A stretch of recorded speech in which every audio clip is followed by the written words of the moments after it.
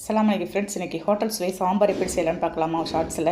அதுக்கு வந்து ஒரு 150 கிராம் துவரம்பருப்பு எடுத்து நல்லா கழுவி க்ளீன் பண்ணிட்டாங்க. ஒரு 10 சின்ன வெங்காயம், ஒரு தக்காளி, 2 பச்சை மிளகாய், ஒரு 10 பூண்டு பல் சேர்த்து 1/4 ஸ்பூன் மஞ்சள்தூள் சேர்த்து அரிசி கழிஞ்சு தண்ணியை ஊற்றி நம்ம வந்து பருப்பு ஒரு 2 விசில் விட்டு வேக வச்சிடலாம். அது வெந்துட்டு இருக்கிறதுக்குள்ளே கொஞ்சமாக நான் வந்து ஒரு நெல்லிக்காய் சைஸ் புளி ஊற வச்சுருக்கேன்.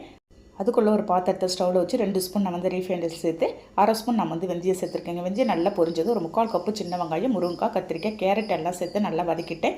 ஒரு 1/2 ஸ்பூன் இருக்கும் தனி மிளகாத்தூள், ஒரு 3 ஸ்பூன் குழம்பு தூள் போட்டுருக்கேன். 1/4 ஸ்பூன் மஞ்சள் சேர்த்து நல்லா மிக்ஸ் பண்ணிவிட்டு தேவையான அளவுக்கு தண்ணி ஊற்றி கருவேப்பிலை போட்டு கொஞ்சமாக உப்பு போட்டு நம்ம வேக வச்சலாம். அதுக்குள்ளே பருப்பும் பாருங்கள் இந்த அளவுக்கு வெந்துடுச்சு.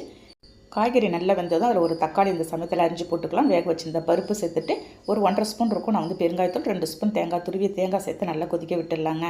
பாருங்கள் நல்லா கொதிச்சு வருது. ஃபைனலாக தாளிப்பு தாங்க. கடுகுத்த பருப்பு, வெந்தயம், ஜீரகம் போட்டு நல்லா பொரிஞ்சது. ஒரு ஸ்பூன் பெருங்காயத்தூள், கருவேப்பிலையை நான் வந்து காஞ்ச மிளகாய் போட்டு தாளித்து ஊற்றிட்டேங்க. ஃபைனலாக மல்லியில தூவி இறக்கிடுங்க. ஓகே ஃப்ரெண்ட்ஸ், ட்ரை பண்ணி பார்த்து கண்டிப்பாக